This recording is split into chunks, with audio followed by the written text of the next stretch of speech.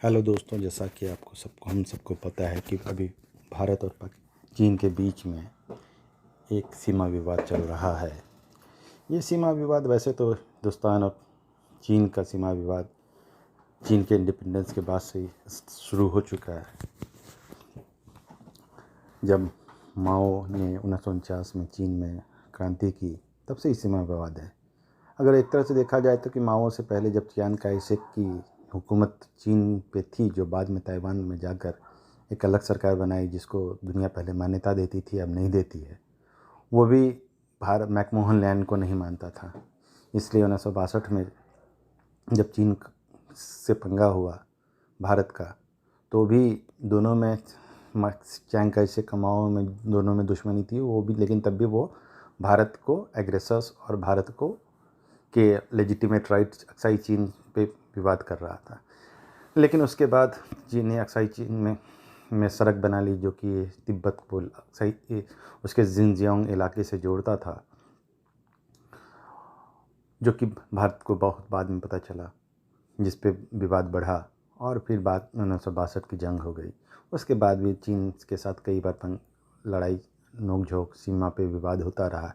लेकिन राजीव गांधी जब चीन की यात्रा की, उसके बाद दोनों में सुधार होता रहा, जो कि नरसिम्हा राव के वक्त में LAC पे बात हुई, जो कि 1946 में डील हुई। उसके बाद धीरे धीरे जो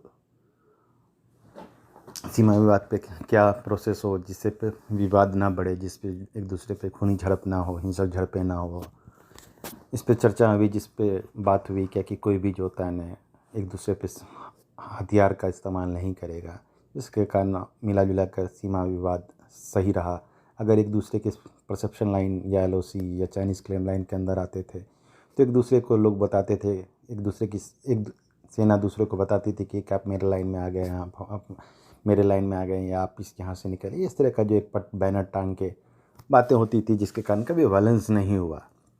लोग एक दूसरे के क्लेम लाइन में जाते रहते थे, और कई जगह 26 जगह कम से कम क्लेम लाइन एक दूसरे का अलग अलग है। भारत कहता है कि LAC वहाँ पर है, चीन कहता है उसकी क्लेम लाइन यहाँ तक है। तो इस तरह से जो जिनमें 2007 में भी हुआ, 13 में भी हुआ, 13 में तो बहुत ज़्यादा हुआ। जब मनमोहन सिंह सरकार थी तो चीन देप्सांग में घुस गया, तो भारत चुमूर के इलाके में घुस गया। चुमूर के इलाके में भारत ने कहा कि आप वहाँ से निकलिए, तब हम यहाँ से निकलेंगे, जिसको 3 सप्ताह के विवाद के बाद ये हल हुआ। उसके बाद भारत चीन के बीच में भूटान के डोकलाम में भी विवाद हुआ, जो कि भारत की टेरिटरी नहीं थी, लेकिन भूटान का क्योंकि सैन्य रक्षा का जिम्मा भारतीय सेना के पास है, इसलिए भारतीय सेना भूटान के प्रोटेक्शन में गई। जो कि जानते हैं उस पर अलग अलग परसेप्शन है। कुछ लोग कहते हैं कि उसमें भारत की जीत हुई, कुछ लोग कहते हैं कि चीन थोड़ा हटा, लेकिन बाद में उसने अपने सारे इंफ्रास्ट्रक्चर बना लिए। तो कुछ लोग कहते हैं मोदी विरोधियों के अनुसार उसमें चीन की हार नहीं हुई, जबकि कुछ लोग कहते हैं कि नहीं, चीन पीछे हट गया, इसका मतलब कि उसकी हार हो गई। अब देखने वालों के अनुसार डिपेंड करता है क्या कि किसकी हार हुई, किसकी जीत हुई, क्योंकि चीन अपना स्ट्रक्चर बना लिया, लेकिन थोड़ा सा पीछे भी हटा। और सुब्रमण्यम स्वामी तो कहते हैं कि चीन और भूटान के बीच में कोई एक संधि भी हो चुकी है, जो कि अभी भूटान ने डिस्क्लोज़ नहीं किया है। ये सब पुरानी घटनाएं हैं। लेकिन अभी हाल फिलहाल चीन गलवान वैली में घुस गया, जहाँ पे कभी भी क्लेम लाइन में भी नहीं था। 1959 के क्लेम लाइन में था, लेकिन जो कि 62 के बाद वो हट गया, से कभी क्लेम लाइन में भी नहीं था।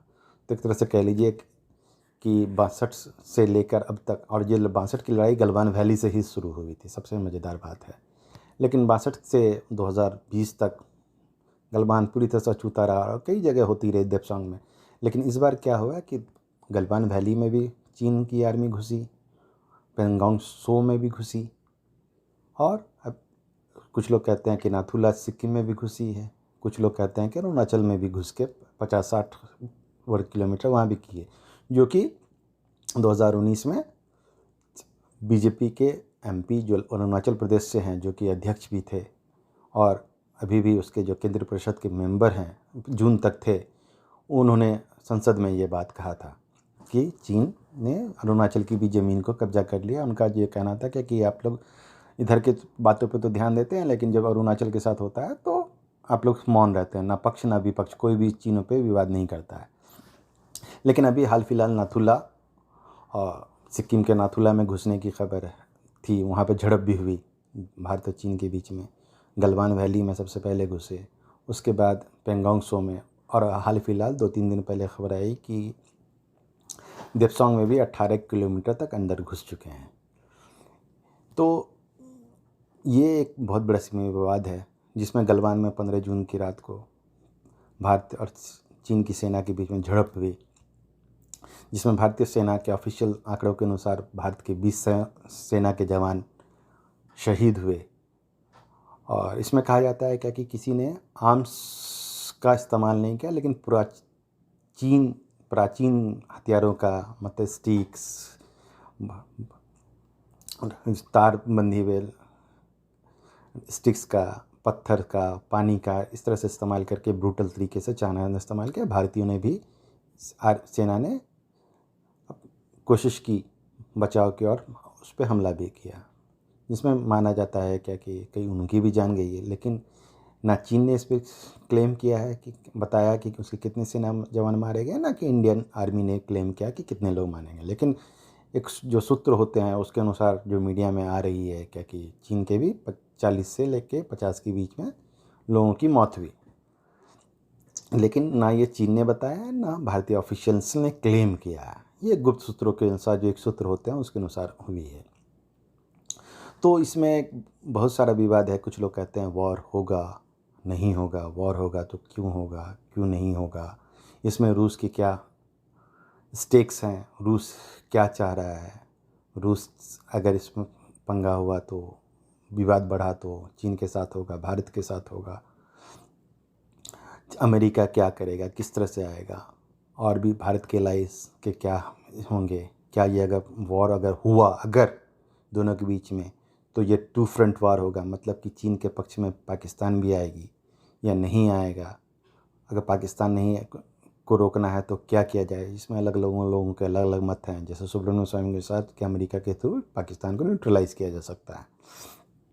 तो ये फ़िलहाल एक छोटा सा विवाद है। बाकी इन सवालों का क्या कि वॉर होगा तो क्यों होगा, क्या होगा, भारत के लिए क्या फ़ायदामंद है, चीन के लिए क्या फ़ायदामंद है, किस तरह से देखा जाए तो क्या फ़ायदा है, क्या नुकसान है, इस पर कभी बाद में विवाद पर चर्चा होगी अगले एपिसोड में। फ़िलहाल मैं रखता हूँ।